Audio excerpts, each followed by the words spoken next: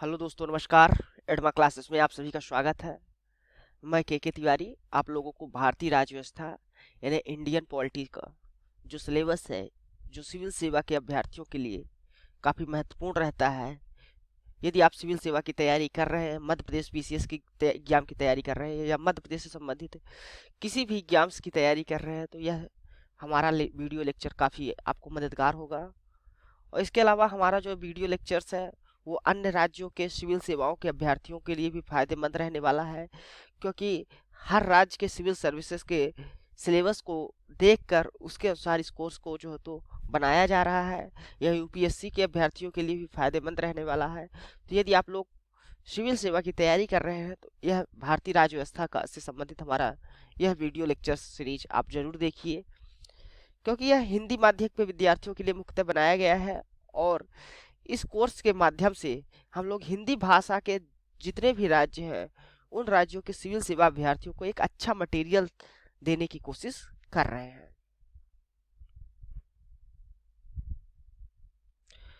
तो एमपीपीएससी के लिए जो तो मध्य एडमा क्लासेस जो है तो रोजाना हिंदी माध्यम में कोर्स चलाता है, जिसमें आप लोग सुबह 8 बजे से सुन सकते हैं, पढ़ सकते हैं मध्य प्रदेश से संबंधित जीके, इतिहास, भूगोल, नागरिक शास्त्र, यानी मध्य प्रदेश का संपूर्ण करंट अफेयर्स को लेते हुए संपूर्ण जीके आप पढ़ेंगे सुबह 8 बजे देशांत सर से।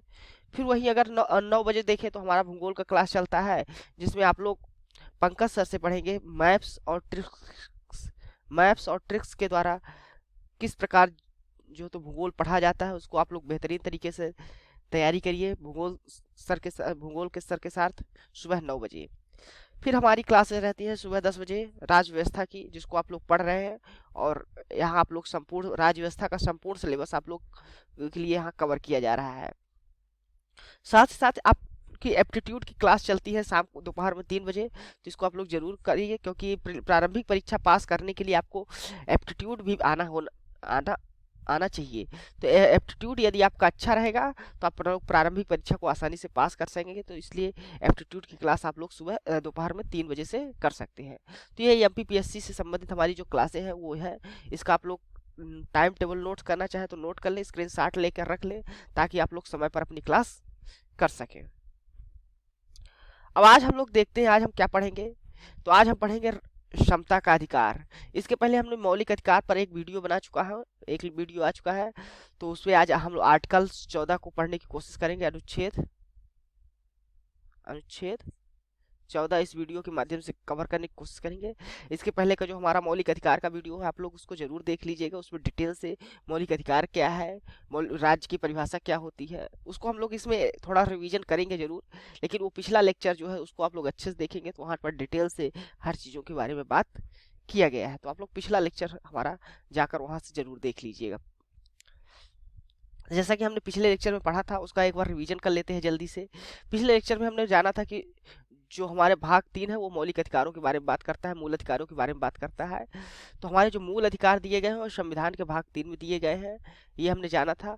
और साथ ही साथ ये भी बताया था आप लोगों के लिए अनुच्छेद 12 से लेकर 35 तक, अनुच्छेद 12 से लेकर 35 तक तो जितने भी अनुच्छेद हैं वो मौलिक अधिकारों के बारे से संबंधित है या मौलिक अधिकारों के बारे में बात करते हैं। तो कभी कभी एग्जाम में पूछ लिया जाता है मौलिक अधिकार कहाँ से कहाँ तक है, तो अनुच्छेद 12 से 35 तक आपको याद रहना चाहिए। अब हम लोग ये भी देखे थे कि ये जो हमारा आर्टिकल 12 है वो परिभाषा के बारे में बात कर रहा था। एक बार आपको मैं बता देना चाहता हूँ, मौलिक अधिकार वो अधिकार होते हैं जो व्यक्ति के जीवन के लिए आवश्यक होते हैं, उसके विकास के लिए, उसके डेवलपमेंट के लिए आवश्यक होते हैं।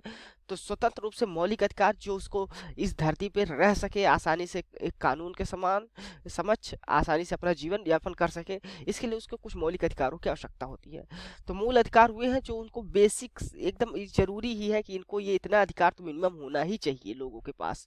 तो उन अधिकारों को हम लोग मौलिक अधिकार कहते हैं, जैसे खाना है, रोजगार है, आपका सम्मान के साथ जीना है, समान भेदभाव नहीं होना चाहिए व्यक्तियों के साथ। इस प्रकार के जो अधिकार है, मानवों के अधिकार जो होते हैं उनको मौलिक अधिकार के रूप में भारतीय संविधान में शामिल किया गया है। कुछ देशों के जितने भी लिखित देश जिन देशों का संविधान लिखित है उन देशों में मौलिक अधिकार कहीं ना कहीं शामिल किया गया है। अलिखित देशों में संविधान, वे वहां पर मौलिक अधिकार होते हैं, लेकिन वो वहां के नियम कानून के जब तक कोई उल्लंघन नहीं किया जाता तब तक उन अधिकारों को, ऐसे व्यक्ति को, कार्यों को मौलिक अधिकार के अंतर्गत माना जाता है। लेकिन यदि ये वहाँ के नियम कानून को यदि उल्लंघन कर रहे हैं तो वो मौलिक अधिकार के अंतर्गत नहीं आते। लेकिन हमारे जो भारतीय संविधान है उसमें विधिवत जो है तो लिखित और लिखित रूप से ये मौलिक अधिकार व्यक्तियों को दिए गए हैं। और यदि आपके इन मौलिक अधिकारों का कोई भी हनन होता है, कोई भी अवरोध होता है, तो आप सीधे उच्च न्यायालय, सर्वोच्च न्यायालय जा सकते हैं, जो कि गारंटी देता है कि हम आपके मौलिक अधिकार, जितने भी मौलिक अधिकार हैं उनकी हम लोग रक्षा करेंगे। सुरक्षा करने का अधिकार जो गारंटी देता है वो कौन देता है? न्यायालय देता है। तो ये ध्यान रखिएगा आप लोग कि हमारे जितने भी मौलिक अधिकार हैं उनको सुरक्षा देने का कार्य करता है कौन? सर्वोच्च न्यायालय। और यही वजह है कि इस जो मौलिक अधिकार है उनको हम लोग मैग्ना कार्टा बोलते हैं। मैग्ना कार्टा, जो हमारे भारतीय संविधान का मौलिक अधिकार है उसको हम लोग मैग्ना कार्टा बोलते हैं, यानी हमारे संविधान का यह मैग्ना कार्टा कहा जाता है। और साथ ही हमने यह भी बताया था जो मूल अधिकार है, मौलिक अधिकार है, यह हमारा जो मौलिक अधिकार है ये अमेरिकी संविधान से प्रेरित है, यानी अमेरिकी संविधान से लिया गया ये अधिकार है। तो हम लोग अमेरिका के संविधान से प्रेरित हुए और वहाँ का जो बिल ऑफ राइट्स था उससे प्रेरित होकर हमने अपना जो है मौलिक अधिकार बनाया, उसको संविधान में विधिवत लिखा भी है। तो अनुच्छेद 12 से 35 तक लिखा है। तो हमने पिछले अध्याय में बताया था कि आर्टिकल 12 क्या है। इस भाग में हमने परिभाषा समझी थी और परिभाषा के अंतर्गत हमने बताया कि जो इसमें राज्य है, यदि अन्यथा शब्द ना आया हो, कोई भी अनुच्छेद लिखते हुए हम लोग पढ़ेंगे जो 14 से लेके 32 तक 35 तक, उसमें जो भी अनुच्छेद लिखा जाएगा यदि उसमें अन्यथा शब्द नहीं लिखा है तो राज्य के अंतर्गत जो डिफिनीशन आएगी वो क्या क्या आएगी उसको हमने बताया था कि भारत सरकार हो या संसद हो, राज्यों में से प्रत्येक व्यक्ति, प्रत्येक राज्य की सरकार हो, कोई भी राज्य की सरकार हो, विधान मंडल हो, या भारत के राज्य के क्षेत्र के भीतर या भारत के सरकार के अधीन सभी स्थानीय और अन्य प्राधिकारी अधिकारी। यानी कि कहने का मतलब यह था कि भारत की सरकार, हमारी इंडियन गवर्नमेंट है, वो राज्य के अंतर्गत आएगी। जितने भी संसद है, चाहे वो पार्लियामेंट, उच्च सदन हो या निम्न सदन हो, राष्ट्रपति हो, वे सब सरकार राज्य के परिभाषा के अधीन माने जाएंगे।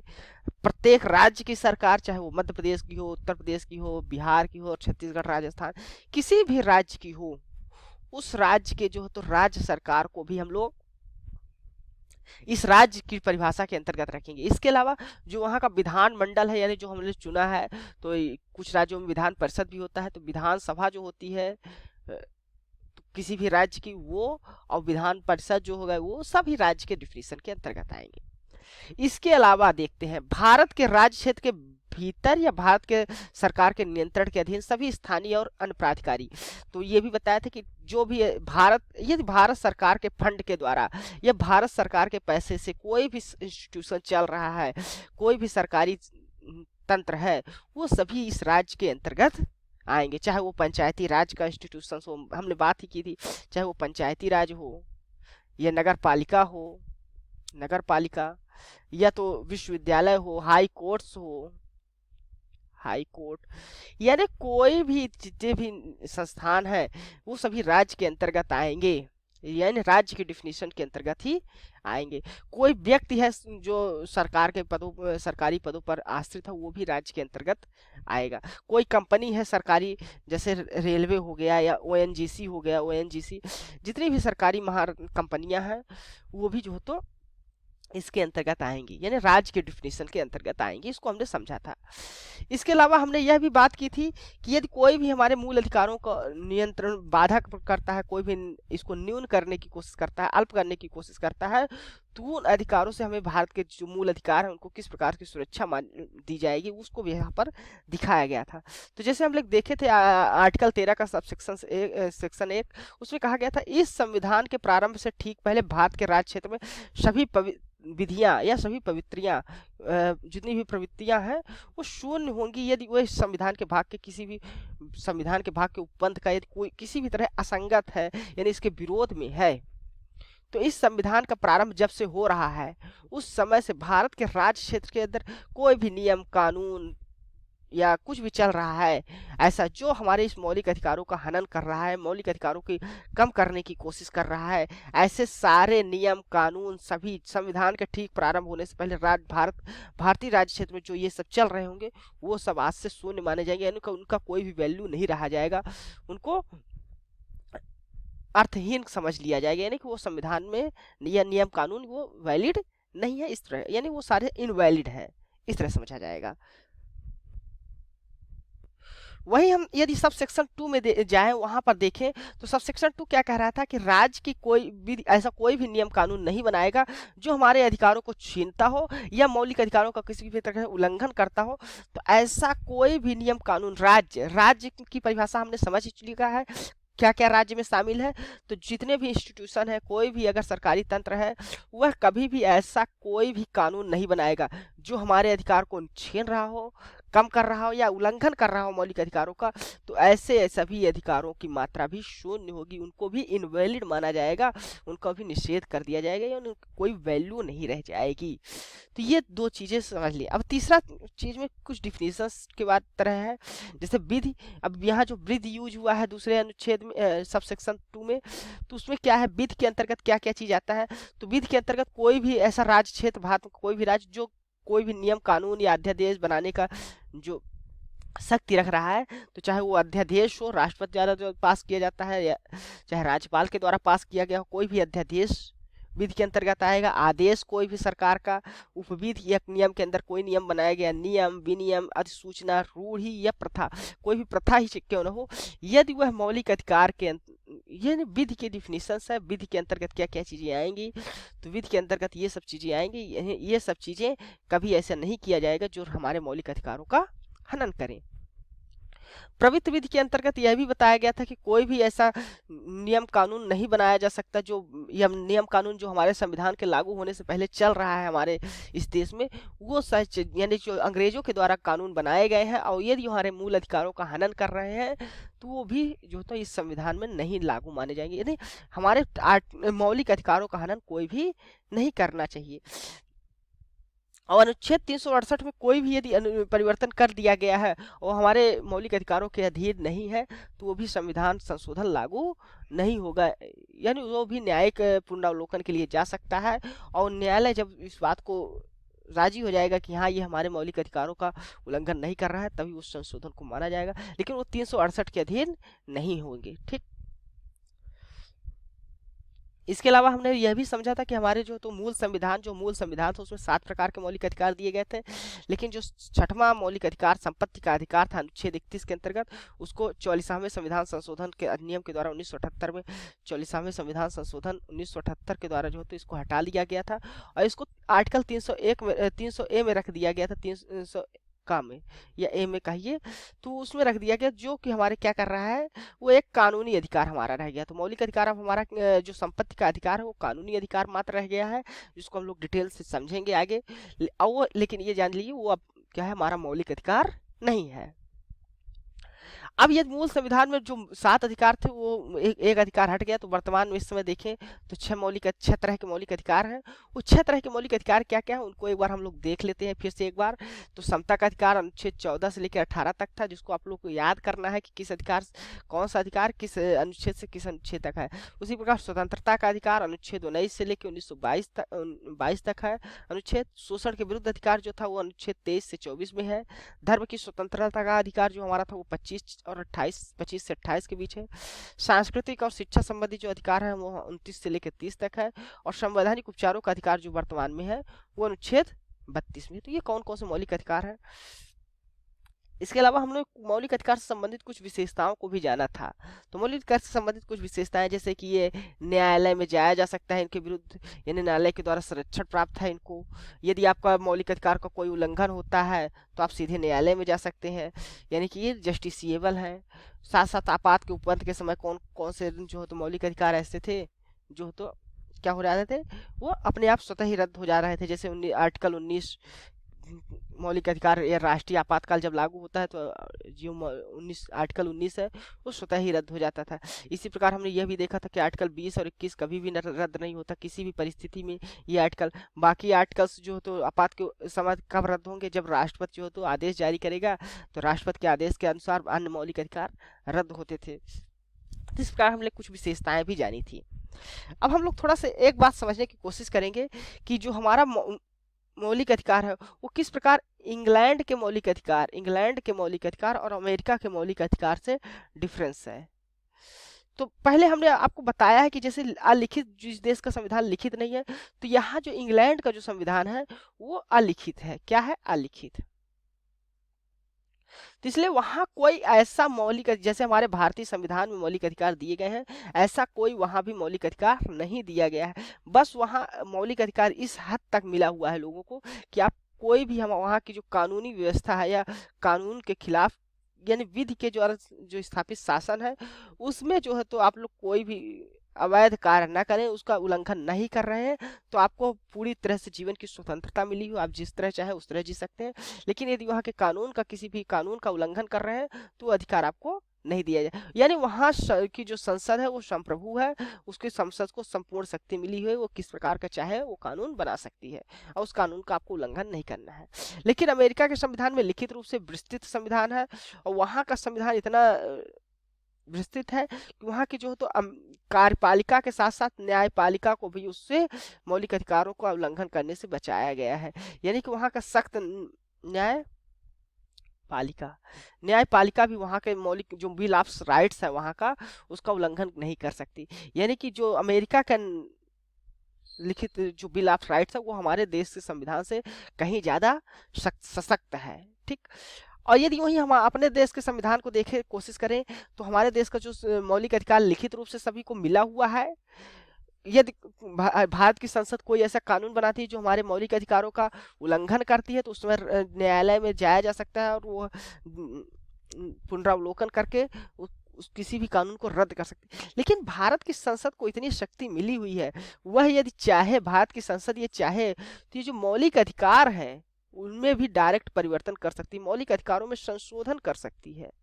और मौलिक अधिकारों में संशोधन करके वह किसी भी प्रकार का संशोधन कर देगी जो, तो जिस प्रकार का यदि कानून बनाना चाहे वो मौलिक अधिकारों में यदि वो संशोधन कर दे रही है तो फिर वह न्यायालय में जाने पर भी यदि वो मौलिक अधिकारों का उल्लंघन नहीं कर रहा होगा, फिर यदि ऐसा कानून बना दिया जाता है। यानी कि यहाँ संसद सर्वोपरि है। वहां पर देख रहे थे न्यायालय जो तो बहुत ज्यादा वहां पर शक्ति दी थी, न्यायिक पुनरावलोकन की, यानी न्याय ऐसा शक्ति मिली थी कि कोई भी कार्यकारी हो या विधान शक्ति हो, वो मौलिक बिल ऑफ राइट्स, वहां के जो मौलिक अधिकार है उसको हनन नहीं कर सकते। लेकिन यहाँ पर हमारे संविधान में संसद ही सर्वोपरि है और संसद जिस तरह चाहे उस तरह के कानून बना सकती है, क्योंकि वो जो संसद है, लोअर हाउस है, लोकसभा जिसको हम लोग कहते हैं, वो लोगों के द्वारा, हमारे भारत के लोगों के द्वारा शक्तियां प्राप्त करती है। तो हम लोगों के द्वारा शक्तियां उनको मिली हुई हैं, तो ये लोग हैं, तो सर्वोपरि जो है तो यहाँ पर लोग को जो तो सबसे ऊपर रखा गया है, लोगों को, क्योंकि लोकतांत्रिक देश है और यहाँ लोग ही सर्वोपरि हैं। तो जिस प्रकार का कानून बनाना चाहे संसद, उस प्रकार के कानून बना सकती है। अब हम जो आज हमको समझना था वो समता का अधिकार था। समता के अधिकार के अंतर्गत हम लोग पहला आर्टिकल्स को आज पढ़ना है। पहला आर्टिकल क्या है? अनुच्छेद 14। ये क्या बात करता है उसको देख लेते हैं। विधि के समक्ष समता, यानी राज्य की डिफिनेशन हमने समझा ही था पीछे कि एक एक शब्द को ध्यान से देखा करिए। ये भारत के जो तो ये कहाँ से लिया गया है? ये डायरेक्ट हमने भारत के संविधान से ये अनुच्छेद उठाए हैं और उसको आप लोग भारत के वेबसाइट, भारत सरकार की वेबसाइट में जाएंगे तो लोकसभा की वेबसाइट में जाएंगे, वहां से आपको भारत कॉन्स्टिट्यूशन ऑफ इंडिया मिल जाएगा, भारत के संविधान, उसको आप लोग डाउनलोड करके, ये जिसको हम लोग बेयर एक्ट भी बोलते हैं, बेयर एक्ट जो हमने सिलेबस जब डिस्कशन किया था तो वहाँ पर आपको बताया था कि बेयर एक्ट को आपको कैसे पढ़ना है, तो उस वीडियो को भी आप लोग देख सकते हैं, जिसमें हमने जो वीडियो पढ़ा होगा आपका पाठ्यक्रम और रणनीति के नाम से सिलेबस डिस्कशन किए थे। तो वहां पर तो भारत के राज्य क्षेत्र में किसी भी व्यक्ति को विधि के समक्ष समानता और या क्या लिखा है? विधियों के समान संरक्षण से वंचित नहीं करेंगे। अब हम लोग कह रहे हैं कि भारत का राज्य क्षेत्र है, यानी भारतीय राज्य में जितनी भी उसकी टेरिटरी हो या स्टेट्स हो, उसमें किसी भी व्यक्ति को विधि के समक्ष समता है। ठीक है, तो विधि कानून के समक्ष सभी समान है। जो कानून है भारत में उसके समक्ष सभी समान है, वो फिर चाहे प्रधानमंत्री हो, राष्ट्रपति हो, मतलब कोई भी बड़ा व्यक्ति, बड़े से बड़ा व्यक्ति हो, उसको उस कानून के समक्ष सभी व्यक्ति समान माने जाएंगे। और दूसरा कह रहा है विधियों के समान संरक्षण, और कानून के द्वारा सभी को समान संरक्षण भी मिलेगा। दोनों शब्दों को हम लोग आसानी से समझने की कोशिश करेंगे। सबसे पहले हम लोग समझ लेते हैं विधि के समक्ष समता क्या होती है। यानी भारत में यदि कोई भी कानून बन गया है, कोई भी धारा है, कोई भी कानून है, तो यदि कोई भी एक व्यक्ति अपराध कर रहा है, फिर वह चाहे मुख्यमंत्री हो या एक आम नागरिक हो, ठीक, यदि वह इस किसी भी प्रकार का अपराध कर रहा है तो सभी के लिए समान सजा का बात की जाएगी, समान सजा। ये नहीं कि ये व्यापारी है या बहुत बुद्धिजीवी वर्ग है, उसको किसी प्रकार की रियायत दी जाएगी, ऐसा कुछ भी नहीं है। हाँ, संविधान में कुछ अपवाद जरूर किए गए हैं, कुछ लोगों को यहाँ पर कानून से रक्षा की बात भी की गई है। जैसे हम लोग ये देखें, राष्ट्रपति और राज्यपाल जो होते हैं, राष्ट्रपति हो गया, लेकिन इनको कुछ परिस्थितियों में ही इनको सुरक्षा प्रदान की गई है। राष्ट्रपति हो गया, राज्यपाल हो गया, हमारा राज्यपाल हो गया, संसद के सदस्य हो गए, कुछ उनको कुछ उनकी कुछ गतिविधियों को, सभी नहीं, कुछ गतिविधियों को जो संसद के अंतर्गत कर रहे हैं, संसद यानी जब संसद सत्र चल रहा है वहां पर कुछ तो राष्ट्रपति को, जैसे यदि राष्ट्रपति अपने कार्य, या राज्यपाल, राष्ट्रपति या राज्यपाल कोई भी अपने कार्यकाल के लिए कोई निर्णय लेते हैं, कार्यकाल में कोई निर्णय लेते हैं, ये तो वह उनके लिए वो न्यायालय में जवाबदेह नहीं होंगे, न्यायालय में जवाबदेह नहीं होंगे। ऐसा क्यों किया गया? क्योंकि राष्ट्रपति और राज्यपाल जो कार्य करते हैं सॉरी, तो राष्ट्रपति और राज्यपाल जो भी कार्य करते हैं वो अपने मंत्र परिषद की सलाह पर करते हैं। यदि वह कोई भी ऐसा निर्णय ले रहे हैं या कार्य कर रहे हैं तो उनको न्यायालय में जो तो उनको जवाबदेही नहीं होगी, वो न्यायालय में जाके अपने सफाई नहीं देंगे। तो यानी कि आप लोग, यानी राष्ट्रपति और राज्यपाल को कुछ स्थितियों में, परिस्थितियों में छूट मिली हुई है। इसके साथ साथ राष्ट्रपति या राज्यपाल जो है, हमारे राष्ट्रपति जो है और राज्यपाल जो है, उनको जो जब तक वो पद में रहेंगे, इन पदों पर रहेंगे, उनके खिलाफ कोई भी दंडिक कार्यवाही नहीं चालू की जा सकती। कोई भी जो उनके खिलाफ दंडिक प्रक्रिया है उसको हम लोग नहीं चालू कर सकते या नहीं शुरुआत कर सकते। उनके खिलाफ कोई भी किसी भी प्रकार का सजा की प्रावधान नहीं किया जा सकता। साथ ही साथ ये जब तक ये पद में है, राष्ट्रपति या राज्यपाल, तो उनको कभी भी कैद भी नहीं किया जा सकता या जेल में नहीं डाला जा सकता। उनको कैद नहीं किया जा सकता या जेल में उनको नहीं डाला जा सकता, कारावास कोई भी प्रक्रिया ऐसी जो होगी, ये कि जो जेल में ले पहुंचाने का कार्य करेंगे, जब तक ये पद में है तब तक इनको इन सब से मुक्ति रहेगी।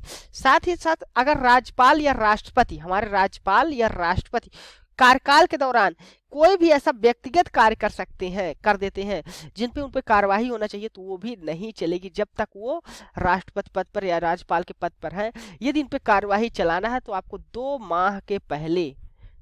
माह पहले इनको नोटिस देना होगा, और नोटिस दिया जाएगा, उसके बाद ही 2 माह की जब सूचना दी जाएगी तो उसके बाद ही ऐसा कोई मुकदमा या कार्रवाई इनके खिलाफ की जा सकती है। यदि उन्होंने व्यक्तिगत तौर पर कोई भी ऐसा कार्य किया है जो क्रिमिनल माना जा रहा है, दीवानी मुकदमा हो रहा है भारत में, तो वो भी जो है तो 2 माह की नोटिस के बाद ही किया जा सकता है। तो ये था विधि के समक्ष समता की बात जो हम लोग कर रहे थे, वो क्या होता है इसको हमने समझा। अब विधियों के समान संरक्षण को, उसको भी हम लोग समझ लेते हैं कि विधियों के समान संरक्षण कैसा होता है। जैसा कि हम लोग जानते हैं कि हर व्यक्ति तो समान होता नहीं। हम लोग प्रकृति में ही देखें तो प्रकृति में हर तरह की समान नहीं है। प्रकृति में तरह तरह के जीव हैं, तरह तरह की वनस्पतियां हैं। मैंने प्रकृति भी कहीं ऐसा नहीं दिखाती कि हमारा पूरा ये विश्व, ये धरती समान है।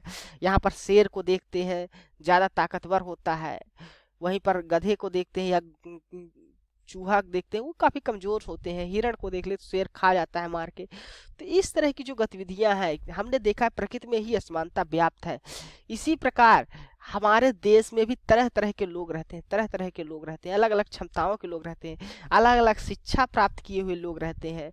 उनकी बैकग्राउंड अलग अलग होती है, अलग जगह से आते हैं, जहाँ कुछ विकसित होते हैं, कुछ अविकसित होते हैं जगह।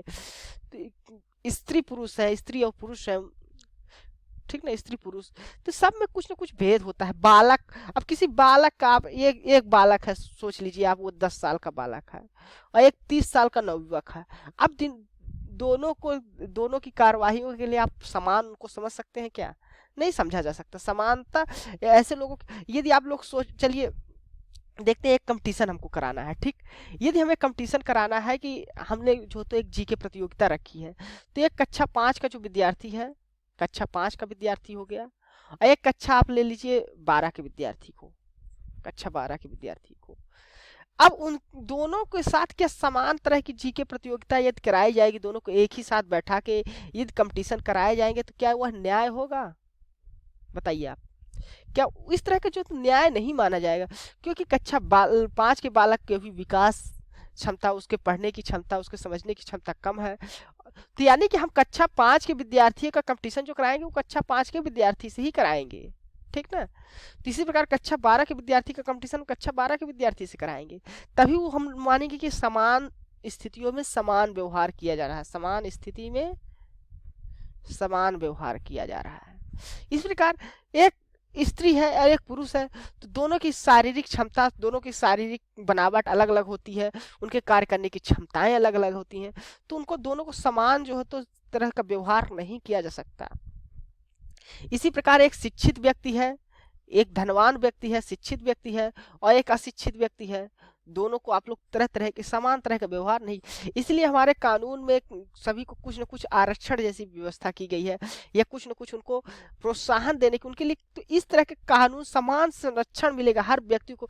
एक विकलांग व्यक्ति है, एक विकलांग व्यक्ति है, विकलांग है, और एक एकदम बिल्कुल हष्ट पुष्ट है, तो दोनों के लिए अलग, एक उसको भी इस व्यक्ति के बराबर कंपटीशन, एक ही तरह का अगर पेपर मिल रहा है, तो इसको इस विकलांग व्यक्ति इससे फाइट कर सके, इसके लिए कुछ इसको सुविधाएं दी जाएंगी, कुछ अलग से इनके लिए राज्य व्यवस्था करेगा कि आपको जो एग्जाम में 2 घंटे की जगह आपको 2.5 घंटा समय दिया जाएगा, आपको इतने प्रतिशत का आरक्षण दे दिया जाएगा, 10% का। इस तरह की विधियां कानून जो है तो बना सकता है, यानी सबको समान संरक्षण, यानी कानून के समक्ष सभी को समान संरक्षण मिल सके, इस बात की ध्यान रखेगा कौन? भारत का राज्य, भारतीय राज्य। तो राज्य की जो डिफिनीशन हमें उसको समझ चुके हैं, तो जो भारतीय राज्य है या राज्य है, वह इस बात को ध्यान रखेगा कि सभी को समान संरक्षण मिल सके। जब समान संरक्षण मिलेगा तभी वह व्यक्ति सही तरीके से अपना जो है तो जीवन का विकास कर सकेगा, जीवन में आगे बढ़ सकेगा, जीवन का यानी विकास कर सकेगा, उसको सार्वभौमिक जो है तो अधिकार मिलेगा कि वह भी अपने जीवन को आसानी से चला सके। तो इसलिए समानता का जो अधिकार है, विधि के समक्ष समानता, यानी कानून के समक्ष सभी समान है, वो बात ठीक है, यानी जो नियम कानून बनेंगे देश में वो सभी के लिए बराबर फॉलो किए जाएंगे, लेकिन साथ ही साथ विधियों के समान संरक्षण की बात की, यानी विधि के जो कानून बनेंगे वो सभी को संरक्षण यानी समान संरक्षण देने की, यानी कि एक विकलांग व्यक्ति है, एक ठीक व्यक्ति है, तो दोनों के लिए समान संरक्षण किस प्रकार हो, इसके लिए राज्य कुछ विकलांग व्यक्तियों के जो कम विकसित है उसको कुछ अलग से प्रोत्साहन देने के लिए कुछ कार्य कर सकता है, या कुछ नियम कानून बना सकते हैं। अब दोनों को समझ लेते हैं। पहला जो व्यक्त कहा गया है, यदि एग्जाम में कभी पूछा गया कि विधि के समक्ष समता की जो बात की है, ये सकारात्मक है कि नकारात्मक, तो ये नकारात्मक समता की बात करता है, नकारात्मक, ठीक है। तो विधि के समक्ष समता वाली जो बात है ये नकारात्मक समानता की बात करता है, और ये ब्रिटेन के संविधान से कुछ न कुछ प्रेरित है, ब्रिटेन का संविधान से सॉरी। तो नकारात्मक जो समता है, तो विधि के समक्ष समता किस प्रकार की समता है पूछ लिया गया, तो एग्जाम में यदि कभी पूछा जाता है तो आप लोग बताएंगे नकारात्मक समता की बात करता है, और 21 देश के संविधान से प्रेरित है, ब्रिटेन के। वही विधियों के समान जो संरक्षण की बात की है, जिसको हमने समझा चुका है, ये अमेरिका के संविधान से प्रेरित है। कहाँ के संविधान से? अमेरिका के संविधान से प्रेरित है, और यह सकारात्मक समता की बात करता है। सकारात्मक समता क्यों? क्योंकि यह हर तरह के व्यक्तियों को असमान व्यक्तियों के साथ असमान प्रकार के व्यवहार की बात करता है, यानी कि अलग अलग परिस्थितियों से जन्मे व्यक्ति को सभी को जो तो आगे बढ़ने की राह देता है। जबकि यह जो विधि के समक्ष समता है, यह कहीं ना कहीं हद तक असंगत व्यक्तियों के साथ भी समान व्यवहार की बात कर रहा है, तो इसलिए इसको नकारात्मक जो तो समानता जैसे कहा गया है। तो यहाँ पर हमने आर्टिकल्स 14 को अच्छे से समझने की कोशिश की, उसको एनालाइज किया। यदि आपको यह वीडियो पसंद आया है तो आप इसको लाइक जरूर कर दीजिएगा और हमारे इस चैनल को सब्सक्राइब कर लीजिए। इसी तरह हम लोग आगे हर एक अनुच्छेद को आर्टिकल 15 से लेके अनुच्छेद 32 तक अच्छे से समझने की कोशिश करेंगे, क्योंकि मौलिक अधिकारों से एक ये 2-3 क्वेश्चन जरूर एग्जाम्स में पूछे जाते हैं। इसलिए हमको इसको ऐसा पढ़ना है कि कोई भी हम लोग इसमें गलती ना कर सके, तो अच्छे से इसको समझ समझ के पढ़ेंगे। तो यदि आपको हमारा वीडियो अच्छा लगा है तो आप इस वीडियो को लाइक करें, सब्सक्राइब कर लें चैनल को, बेल आइकन को दबा दें, ताकि आपको जो ऐसे ही हमारी आने वाली वीडियो है वो आपको मिल सके। इसके अलावा आप लोग हमारे इंस्टाग्राम, टेलीग्राम और फेसबुक चैनल से भी जुड़ सकते हैं। इंस्टाग्राम से जुड़ने के लिए आपको जो तो लिंक, इंस्टाग्राम, फेसबुक और टेलीग्राम तीनों से जुड़ने के लिए आपको लिंक नीचे दी गई है। टेलीग्राम ग्रुप से आप जरूर जुड़ जाइए, क्योंकि यहाँ पर आपको हमारे लेक्चर्स की पीडीएफ मिल जाएगी। और साथ ही साथ हमारे जो यहाँ पर हम लोग एमसीक्यू कराते हैं, क्विज कराते हैं, डेली क्विजेस कराते हैं, वो भी आपको इस टेलीग्राम ग्रुप पे मिल जाएगी। तो आप लोग डेली एमसीक्यू करने के लिए भी आप लोग हमारे इस टेलीग्राम ग्रुप को ज्वाइन कर सकते हैं। तो हमें इतना ध्यान से सुनने के लिए, अच्छे से सुनने के लिए धन्यवाद। थैंक यू, शुक्रिया।